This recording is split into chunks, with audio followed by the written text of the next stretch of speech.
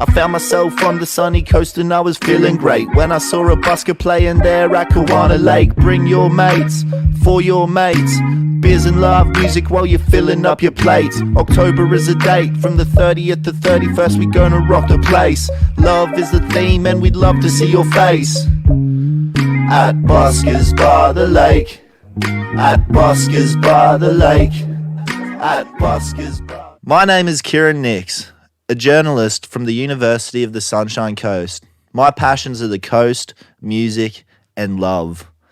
And Behind Buskers by the Lake combines all three things. So come down, get to know the acts at the festival, get to know a bit about yourself. Welcome to Loveland 2021. Hello, Mish Shell and Greg from Mish N Possible. Thank you for coming on Behind Buskers by the Lake podcast. Glad you're here. We'll get to know you guys, get to know a bit about your music. How we doing? Awesome, Kieran. Great. Yeah. Looking keen, looking ready. Yeah. Heart's definitely pumping. Yeah. A little Definitely bit nervous? Well, yeah, sure. Why not? Yeah, I'm not. Nah, he's cool as. Old school. Yeah.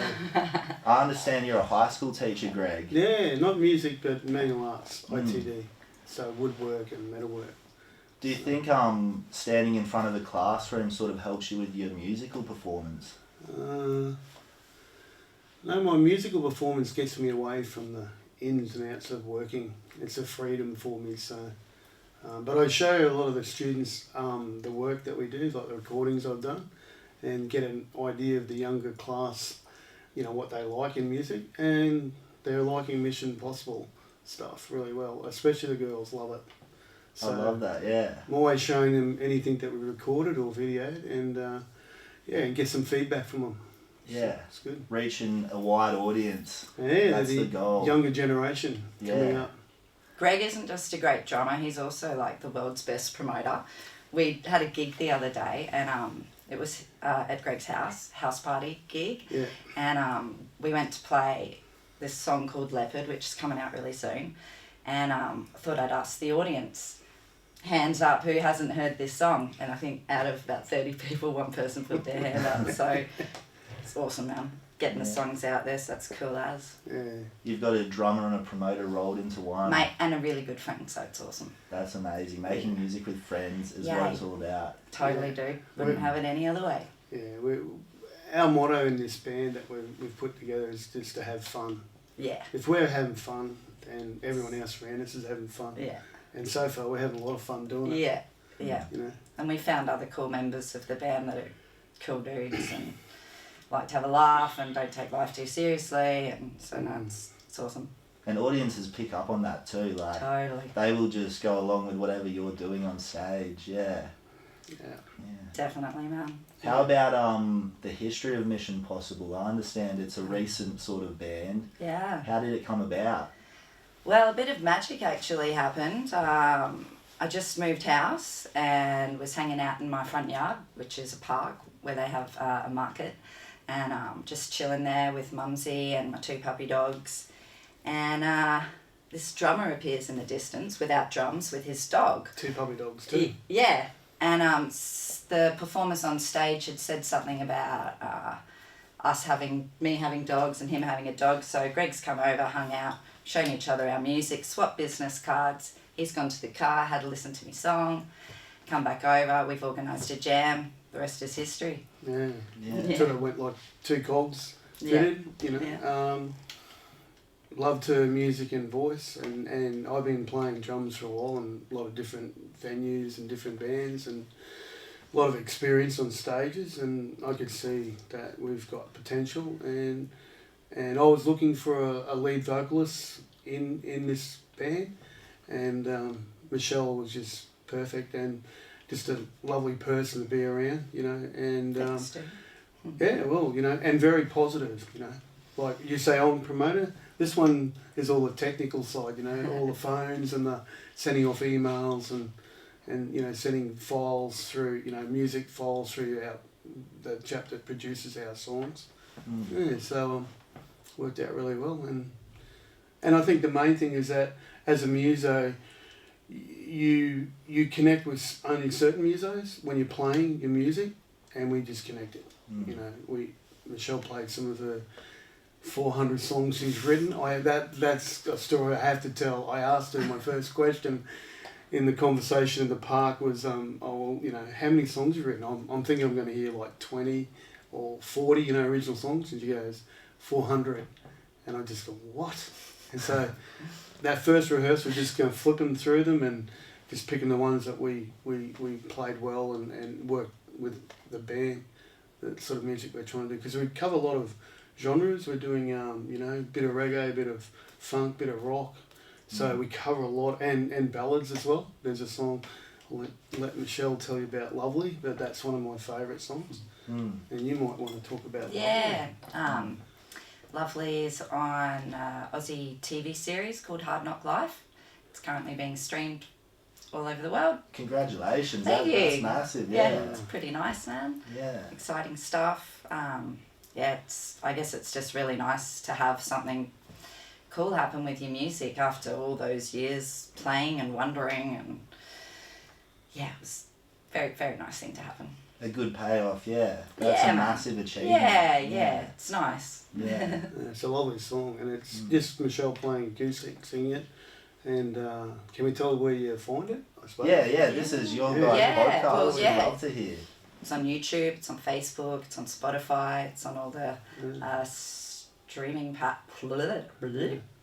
So you type in the caffeine platforms. Type in Lovely on YouTube and put Michelle as an MISH, SHELL, which brings us back to the band name, and then you'll find that song. So we call Mish N Possible as in keeping your stage name solo act. There's Mish, MISH, a gap N, gap Possible. Nice. So we've kept the name of Michelle's original, you know, their name, live single. I love it. Yeah, cheers. I was going to ask that question about how many songs you guys have actually, but I've got the answer. Yeah. So the next question is, what inspires you to write music? How do you come up with these songs? There's no thought generally involved. It's just a feeling that comes through, and I know I have to grab my guitar. I'll generally just press record on my phone or iPad, and quite often the first thing that comes out will be a whole song, and that'll be it complete. So sometimes the song takes 3 minutes, the length of a song, to write. That's probably 50% of the time that happens. Other times it might take up to half an hour, sometimes an hour, just sitting there. I'll record it first, and then I'll listen back, and I'll sort of add bits in and whatnot and go from there. But yeah, I learned a long time ago that if you don't record it there and then, sometimes you'll wake up the next day and it'll be like, where did the song go? So lesson learned, always press record. It is frustrating when you have fragments, like you can remember fragments of what you thought up, but you just can't make them fit together again. The way you do the first time. Yeah. Yes, so it sounds like you are a bit of a songwriter yourself. I would say that, yeah, I'm not a musician. I've never really been musical, but I've loved writing. I was always a very good writer. Yeah, and nice. I've started to sort of put that into song form, into song lyrics. Beautiful. It is a beautiful art form. Isn't it, dude? Yeah. Yeah, nice. I think it just conveys emotion better than paragraphs, you know? Can take it to another place, eh? Exactly, yeah. And other ways of writing too. We're doing some co-writing now. So, and my way is that I'm a drummer. I do know music. I've studied music and so on. So I know everything about chords, even though I'm a drummer. He knows more about music theory than I do. But I've learnt, again, with the phone recording, if something comes in my head, I'm straight on it, humming it. And what I'm doing with the music we're doing now, I'm getting Michelle to play like 6-8 times and then changing that. And I've got patterns, drum patterns. So we put the drum pattern together. Sometimes I have a melody which I hum. Michelle will pick it up on guitar. She'll eventually write the chorus, that'll be the verse. And then we've got another song that's really locking in. And if you've got good vocals and good, motor room, the drumming, you've got a pretty good song. And she knows the lyrics, the lyrics are really good, so that's good. That's amazing that you're pushing each other too. It seems like you're developing each other's styles as you go along. Have you recognised that since you got together, that your music's changing a bit? Definitely. When I write now, it's somewhere in the back of me is, you have a band now, Michelle, and,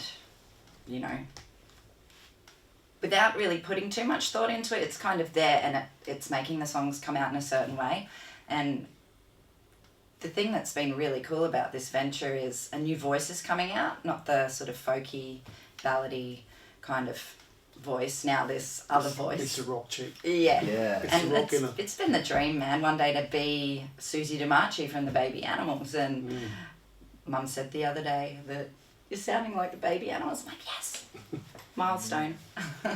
Yeah, we're playing off each other, you know, like, and things are just clicking into place. Like we just talking about the new video clip for A Leopard, and I've come up with some ideas for what we're doing, and then I was getting stuck with this keyboard entry, and Michelle just come up, let's just look like we're setting up the band gear and not have a keyboard player, and just setting up, and then we're into the song. You got to hear the song first to understand, but you know, we're simplifying things in the music. Some people get too complicated, they get over, you know, protective of their songs and put too much in, and I keep referring back to Rolling Stones, like they have 2 chords, 3 words, and a good straight drum beat, and Motor Room happening, and you know, they're not doing too bad. Yeah, I actually haven't heard of them. Rolling Stones. I'm joking. I love the Rolling Stones, yeah. I couldn't be doing a music podcast if I haven't heard of the Rolling Stones. True that. Yeah. So they're a big influence for you? Yeah, look, they're just, I like all kinds of music. I've got Foo Fighters and all that. That's, you know, people like drummers I like.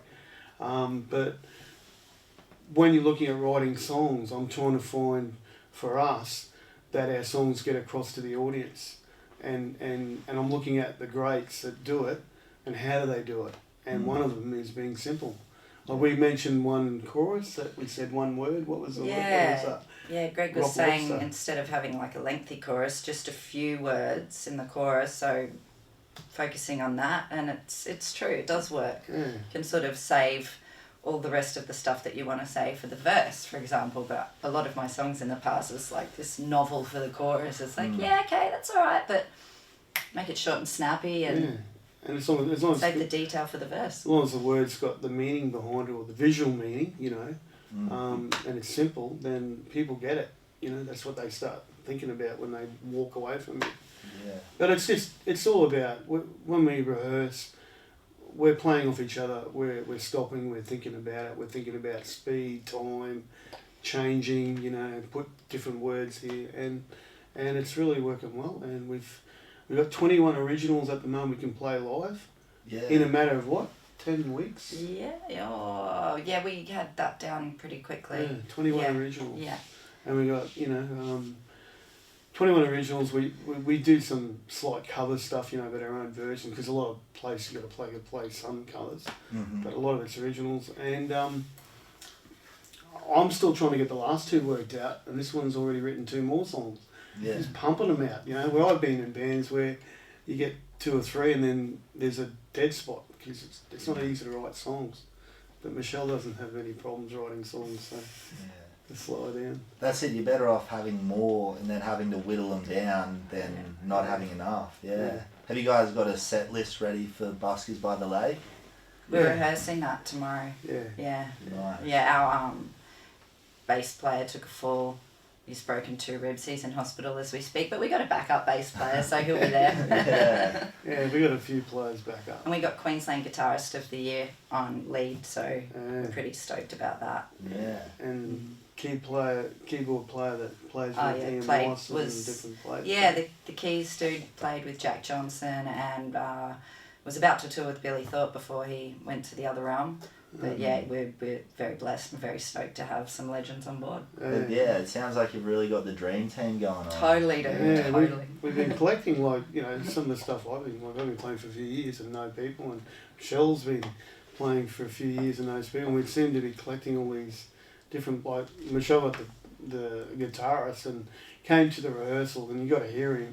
I just loved seeing Greg's face when he first played. He's like, yeah, I can't do it. I played a lot of guitar. So I got to play with Larry Mitchell, who's Chasey Chapman's lead guitarist. I did 4 gigs over here with him from New York. And I play with some good guitarists. And this guy, band, is just blowing me away. And we're actually now, he's not a show pony. Like he down to earth, plays music, finds the sweet spots, and doesn't show off, but he's just so good. we were giving him one solo. We're giving him 3 now on a song because he's that good. We'd like to give him 5. 5, but it probably the song would be too long. Yeah. So, but he is. He's put a different level and spin onto the band. Yeah. Because, he can play anything as well, and he just adds flavour to it. Doesn't need to rehearse. No, he doesn't. He doesn't like rehearsals. Doesn't need. Yeah. Doesn't It's need kind to. of better if he doesn't, because then he's just purely playing by feel. Yeah, get the raw uncut edition. Yeah. I love that. You just got to hear him to know, and he can play anywhere. Like we played at a gig that was really low key at Mulaney. We were, 95 decibels, which is not much for a drummer these days. And he just turned his whole amp down to, below 1, but still punched it out, so it was good that way.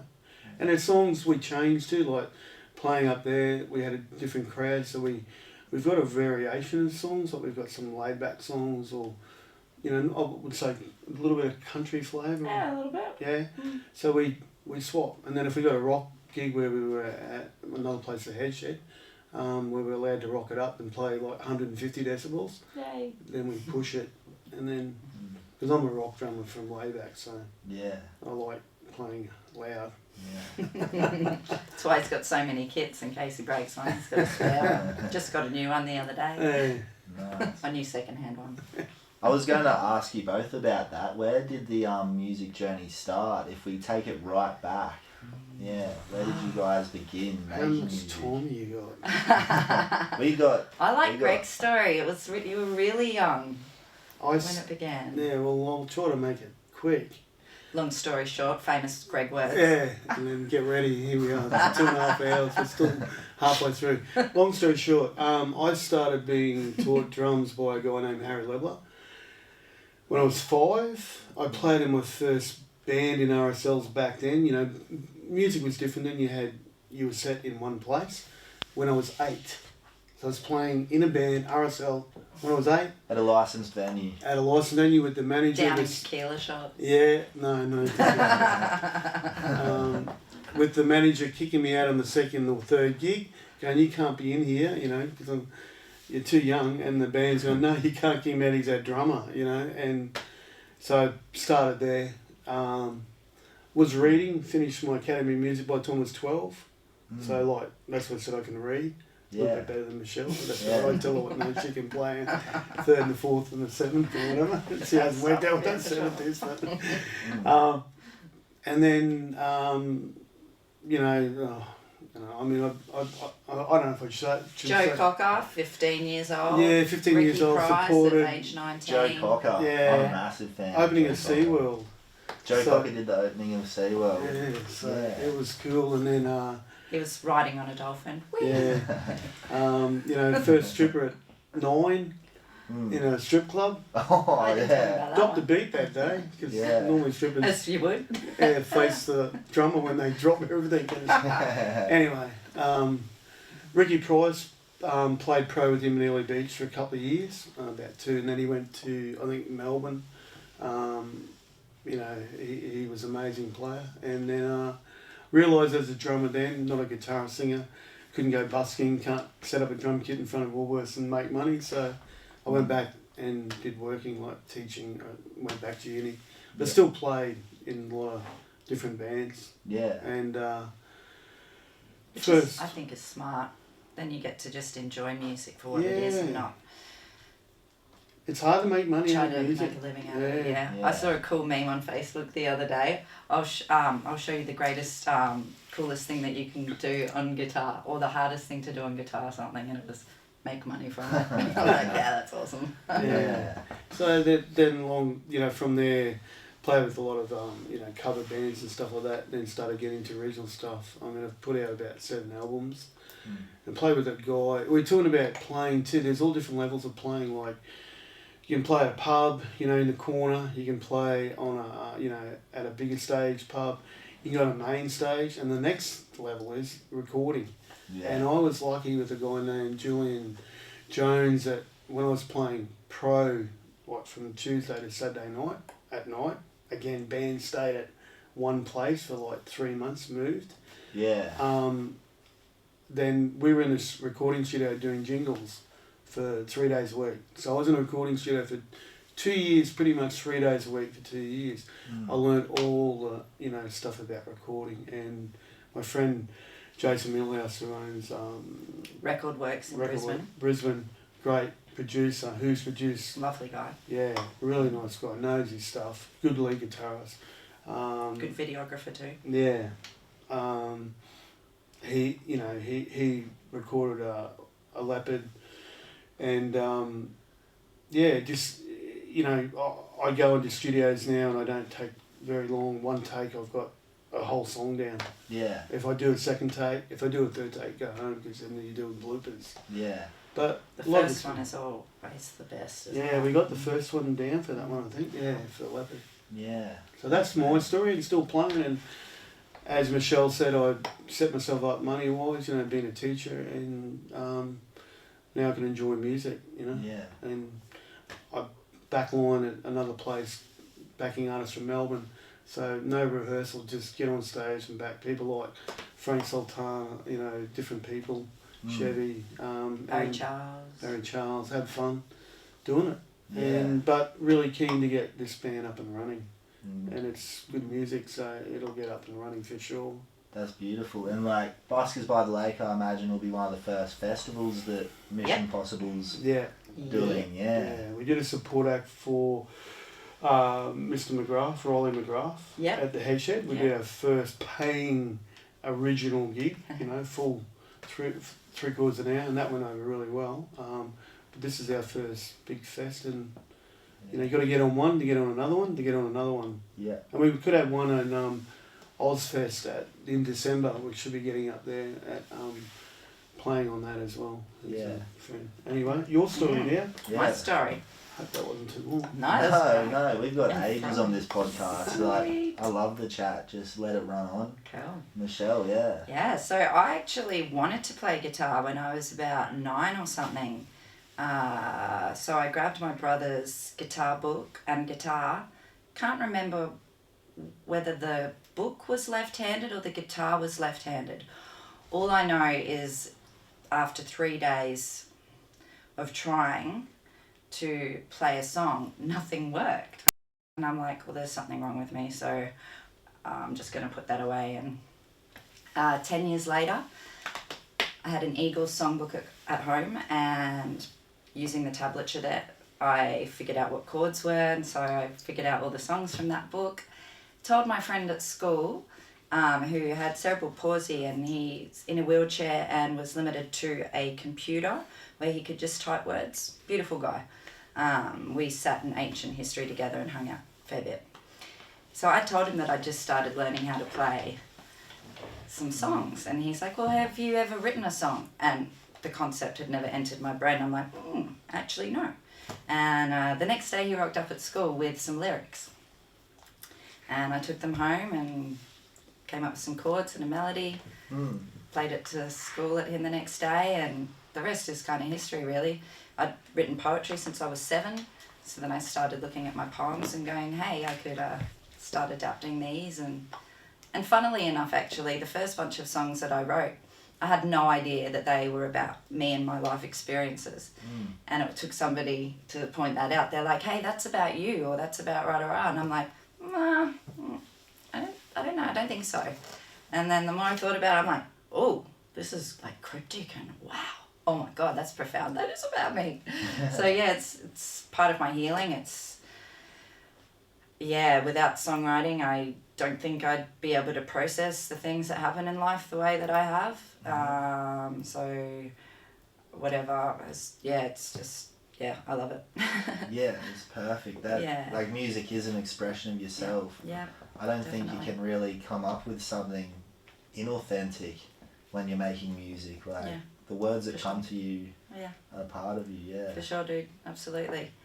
And it's nice being in a position where I don't have to write to release an album, because I reckon that would be difficult. And I feel for the artists that were young and made it big at a young age, and then all of a sudden they've got these demands. You've got to write an album between now and then. It's like, well, it stops the creative flow in a way. So it's nice to not have to be in that position and just write purely for the sake of love.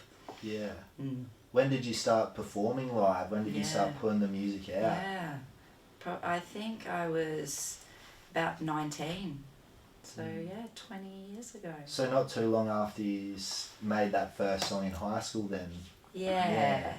I was actually a member of the Noosa Community Radio, FM 101.3 in Noosa Junction there. And I was utilising the studio one day to record some songs, and the president of the community radio at the time heard me playing, and he's run to his car, grabbed his guitar and come in and started playing along, and magic happened. And so we had a little duo for a while there, and that was amazing. So we just played at like Perugian Originals before it moved to where it is now, even though it's not on at the moment. And at a few open mics and things like that. But yeah, it's been on and off over the years. Busking's great. It's been the best way. I remember when I first started wanting to play in front of people, busking was perfect because you only had to be able to perform that part of the song while someone was walking past. So it's like, all right, get this shit together for this bit. Yeah. Okay, hey, yeah, I know this bit really well. Check me out. Yeah. Then they go and it's like, fuck. So it's good training. Yeah. How has the coast sort of influenced your music? Where have you both grown up on the coast, or are you from elsewhere? What does the coast mean to you? The coast does mean a lot. So a few years back, we heard about this mine that was going to happen that was going to affect the Mary, and spilling like 1 trillion litres of toxic sludge into the river systems per year. And so we went to a meeting with the Great Sandy Strait Saviours, and my friend and I, Fuzzy, after the meeting we went back to his place, and we were really disgusted by what they wanted to do. And so we wrote a song, and then Fuzzy had this great idea to get all the local well-known artists to sing a line on the song, and when we released it, it literally went nuts. Within 5 days it had like 700,000 views or something ridiculous like that, and it just went stupid. Apparently we got enough signatures on the petition, and the mine hasn't gone ahead, which is cool. Like, I still pinch myself that is even a reality, but power of music. That's another massive achievement with music. Yeah. To create real world action through your music. Yeah. It's very impressive, yeah. And save the Aussies. Oh yeah, and we've got another song about to come out called The Glossy Black Cockatoo. Mm-hmm. So actually I got a phone call one morning saying, hey Michelle, can you come down and maybe write a song with this crew that are trying to protect this block of land at Sunrise Beach from being developed. Mm-hmm. And so I went along, and we came up with a song with the help of the people that knew a bit more about the Glossy than I did at the time. And so we've got a film clip for that, and we've got 2 versions of the song. We've got a local Coolum choir that's doing a version of the song as well. And hopefully this week the first version will be out. Yeah, that's amazing, yeah. Basically the bird is a very fussy eater. The Alacasarina is the tree that it feeds on, and the fires lost a lot of their feeding grounds. Yeah. The fires we had up at Perugian. True that. And so this block of land at Sunrise Beach belongs to the Uniting Church, and so we're trying to negotiate, or we're trying to get Noosa Council and Uniting Church to consider a land swap. There's a block of land that belongs to Noosa Council that is already destroyed, kind of thing. Like, there's no habitat. Well, there isn't. They wouldn't be chopping down so many trees, so to speak. And we're just waiting for them to kind of come to the table and do something cool for the community, with 55,000 signatures on the petition. And according to change.org, that's almost the largest amount of signatures that have happened on a petition. So come on. I can't see why they wouldn't. Like, you're even offering them an alternative block of land. That's right, dude. So really they should do the right thing there, Yeah, that would be nice. Yeah. It's amazing to use music again to put the pressure on them. Yeah. I think that's the strongest way to do it too. Totally, dude. Yeah. Yeah. So is that around Lake Wyber? So that is Grass Tree Court. So it's near Sunshine School and right near the church, Yeah, actually, pretty close. and where the shops are. Yeah. Yeah. Yeah. I just like to say I surf. That's what I like about Sunshine Coast. So. Yeah. Yeah. Been surfing for a long time, so Tea Yeah. Tree and Noosa. Yeah. Yeah. And been living on both coasts for a long time, so. Yeah. But, Surfers have this other, like, I reckon that being on the ocean like that does something to the spirit of a person. And, like, I think that's got a lot to do with why Greg's such a cool dude, is because he's got the ocean inside him, you know. yeah. Yeah. I've been doing it since I was about 7, so Yeah. lived at Noosa Park when I was like 15 in the park for about 6 months. Yeah. Like lived in the park. So like in the national park. Yeah. There. Yeah. He's a true hippie. Before Yeah, before he true. rocked up to pick me up today, he's like, oh, I had to sleep in the car under the mountain. I'm like, you are a hippie? He's like, yeah, I lived in my car for a year. I'm like, yeah. Yeah, so yeah, we I like staying close to the water and you know, and getting out in the surf every third day if I can do it. That's between amazing. the jobs and that. Hasn't been much surf lately, but Yeah. yeah, it's a calming thing, and if you surf, it's really like a cleansing, you know. You get out there and relax and come out and you're all relaxed, and yeah, there's something about the water that I love, and if I'm not there after 2 weeks, you're going haywire, you know. You need to get there. Yeah. It's, So do you think it all helps with the creative process, having that calming time in the water? Yeah. yeah, music's calming too. Like Yeah. you get, you know, I was saying to Michelle, I was saying before, you get on a main stage, you get in a studio, they're all different genres of how you play. But you get on a main stage with 1,000 watt, you know, sub coming back at you, you know, with a kick drum, and you're playing rock. It's just about as good as dropping down a 6-foot wave, you know. It doesn't get much better than that. And especially when you're playing really good music and having fun doing it.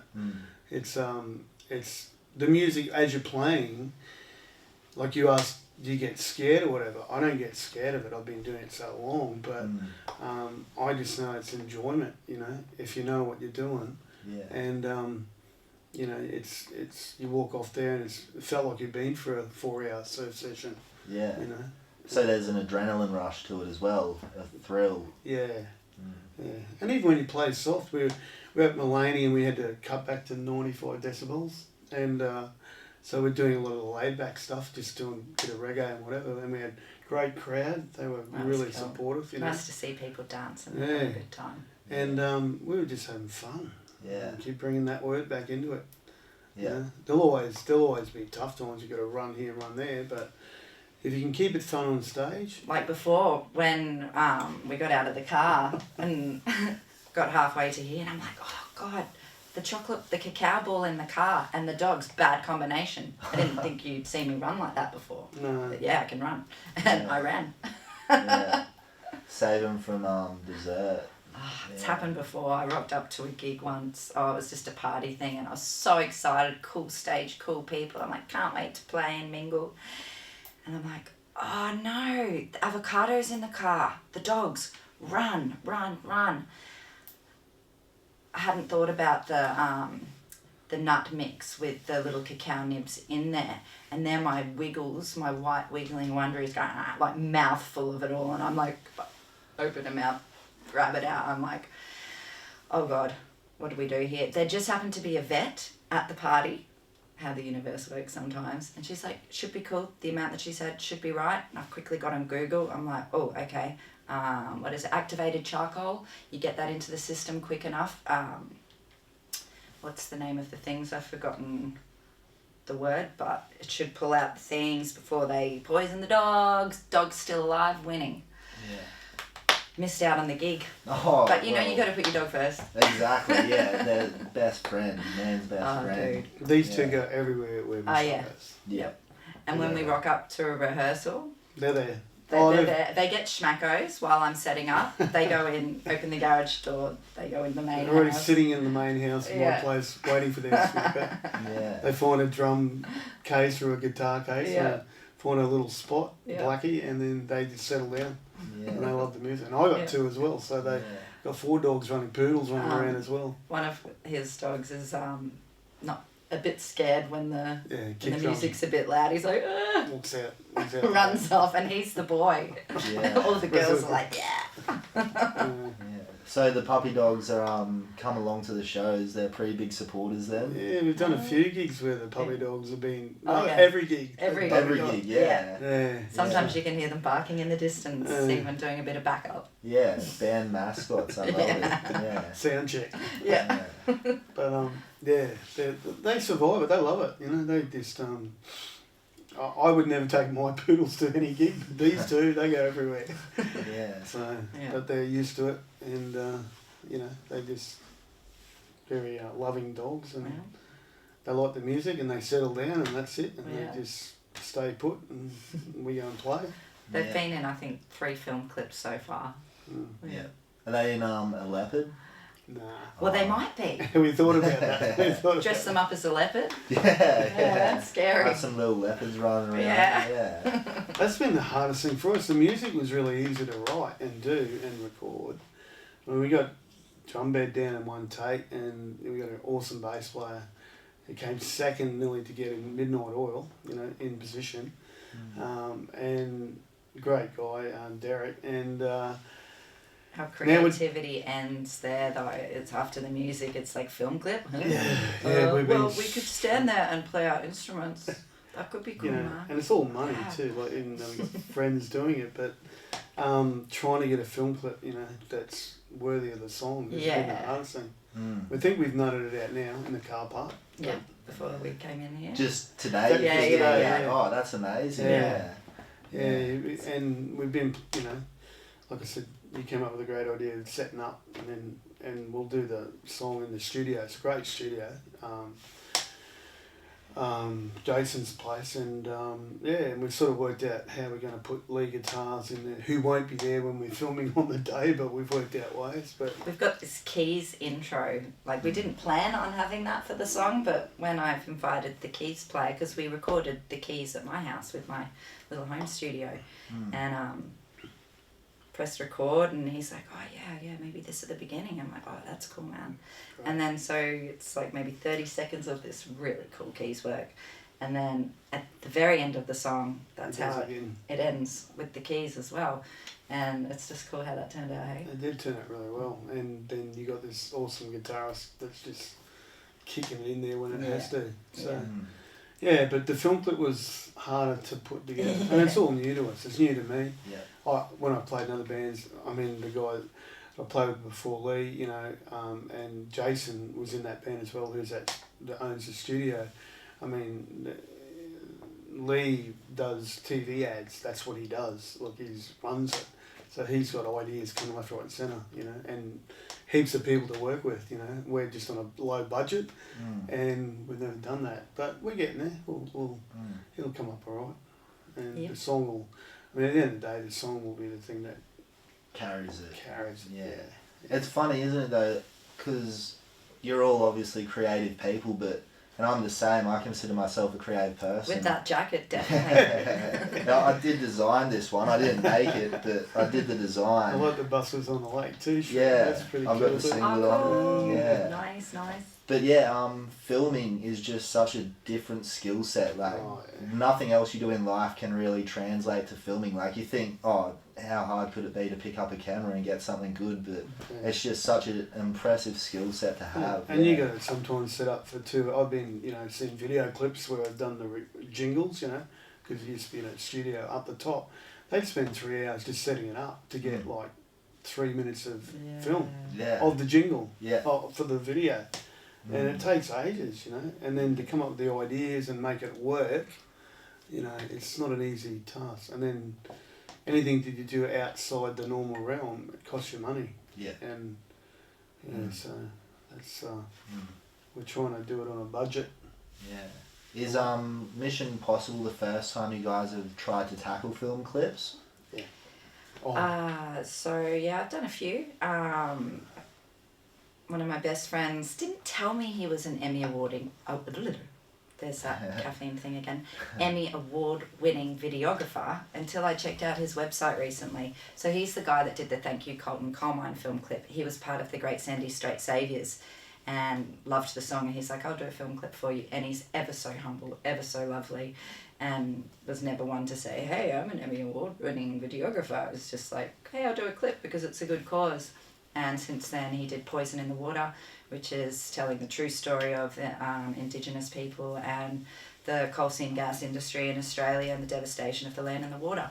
So being Australia's best underwater cinematographer, it's a perfect guy to capture such songs, and beautiful friend, beautiful support. And as a matter of fact, I probably would not be playing music today to the extent that I am if it wasn't for his belief in me. So after Cotton Coal Mine song came out, it was a couple of years there where I'd get an occasional message from him saying, hey Michelle, whenever you're ready, I'd love to do a clip for you, another clip for you. And me being insecure artist was like, I'm not ready, I'm not good, all that stuff. And then one particular night, the message came through and I'm like, I'm going to do this. Yeah, and I wrote back, I was like, all right, let's do this. And I contacted a studio, I'm like, let's do this, and the rest is kind of history. Yeah. Yeah. Yeah. It's nice having that. Clint Hempsel is his name. Shout out Clint. Yeah. Lovely guy. Yeah. Beautiful. I love the passion about environmental causes too. It seems like you're very active in that space. Yeah. Has that always been something you've held close to your heart? Look, it's something that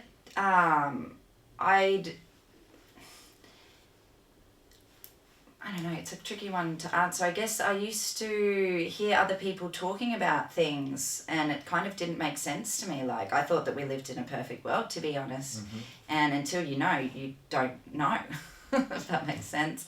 And what actually happened was I was gigging full-time 7 years ago, living the dream, achieving something that I'd always wanted to do. And then my friend, Paul Robert Burton, shows me a map of Australia and says, shows me where is currently being mined and where will be being mined. And we're talking like most of Australia. Yeah. And I went, WTF, what do I do? How can I help? He said, come down to the Pilliga. And so I left my gigs behind. I got in my car, took my mum, my 2 dogs, down we went. And that's where I wrote Poison in the Water. And that's where it kind of began. It wasn't until 5 years later that I actually released that song. And then more recently, 2 years ago, I did a tour to Sydney and back called the We Are Not Sam tour, which is, it's all about phone safety, and it's all about 5G and the dangers of EMF or EMR, electromagnetic frequencies or electromagnetic radiation. Basically, I just wanted the message to get out there to people that phones haven't been tested for human safety, and that there is in fact a warning on your phone that says do not carry on your body and keep at least an inch from your body. And the way that they have tested for phones to release them as being safe is with a dummy. Mm-hmm. And for 6 minutes of use per day. And they're not checking for biocumulative effects. All they're testing for is how much the device heats the body. And this dummy called Sam is a 6-foot adult male. The difference between a 6-foot adult male and a child is a child will absorb 150% more radiation. The current leading cause of cancer, of deaths among children, has suddenly become brain cancer. And it breaks my heart every time I see somebody with a phone at their face or in their pocket or anything like that. And, you know, I've written a song called We Are Not Sam, and that's about this dummy Sam and the way that they test. And then I wrote a song called Our Panzer, which went stupid again on the internet. Our Panzer being the governing body in Australia for safe radiation levels. And yeah, just states some scientific facts that are just out of this world. Yeah. But that's amazing to, use the music again. Yeah. And I think a lot of the issues you're tackling are massive multi-billion-dollar industries. Like, you're not even going for the multi-million-dollar industries. You're going for the multi-billion-dollar industries. But I love it. I love using the art to combat it. Yeah. Cheers, it's man. impressive. Yeah. When you read about that stuff, you can't help but write a song about it. Otherwise, I would just go nuts. Yeah. It's again that expression, I suppose, Yeah. and that coping mechanism. Gets the which is word out music. there pretty quick. Yeah. So I guess sort of we've been going for ages. I love it. Yeah. Nice. But where do you see Mish N Possible in the next year or two? What's the game plan? What do you see the future looking like? Yeah. Me, to get on as many festivals as we can. COVID, I don't want to use that word, but that's really slowed things down for everyone in the music industry. But, as I said before, you get on one fest, you get on the second one, you get on the third one, if you do well and you move down, but it's really hard at the moment. Like, we're lucky in the Sunshine State up here that COVID's low and there's a lot of music still happening up here. But it is hard for getting down in Melbourne and Sydney, and we've got people we can get down on stages down there, but they're not happening at the moment. So I think for us, we're trying to, we've got one song completed in the studio, and we've got another one called Quest for Peace, which we got the bed down, and we've got we're putting a harp on the song. You got to listen to the song. So a real harp, so it's got an unusual sound to it, and we're going to finish that off, do the video clip, put new material out there, and try and play as much as we can up here, even at small gigs, because just to get the word out who we are and where we play and what we can play. But personally, I'd love to be on a big stage and getting it out there, because the songs are pretty solid and good to listen to, and from all my students that have heard it, they love it. So the younger generation coming through certainly want to hear it. That's my concept, but it's out of their hands with COVID. We don't know. When borders open, when we can get there. And the fun word too. Keep having fun. That's it, man.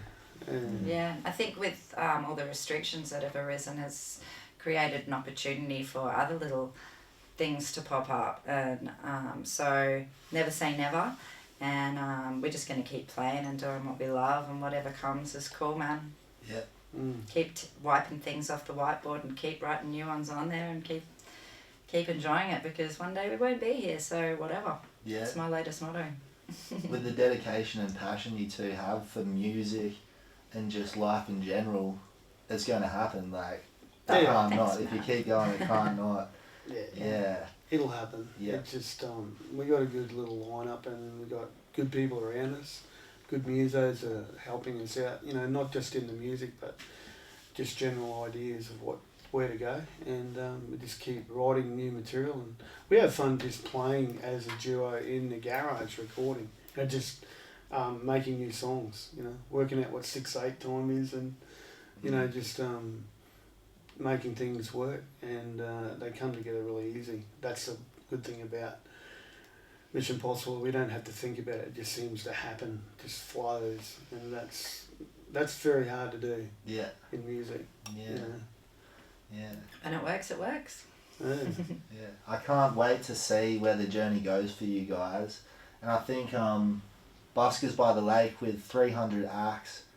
And we talk about the C word we must not use, but it's given 300 acts a chance to come together and test their stuff out, and I can't wait to see you guys.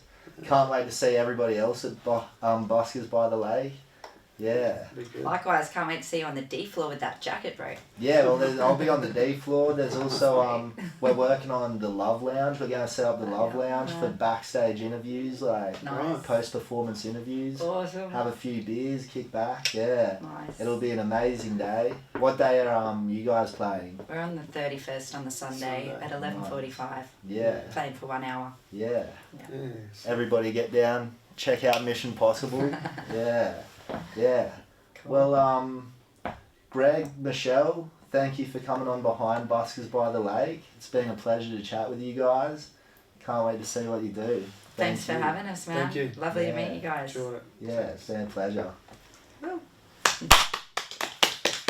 Behind Buskers by the Lake was brought to you by The tireless and hardworking team of USC students, Victoria, Frida, Shandon, Fiona, Phoebe, and myself, Kieran. Also with the support of our hardworking tutors and USC staff, Lachlan and Andy. And of course, with thanks to the festival organiser and her family, Cindy Jensen and the Jensens.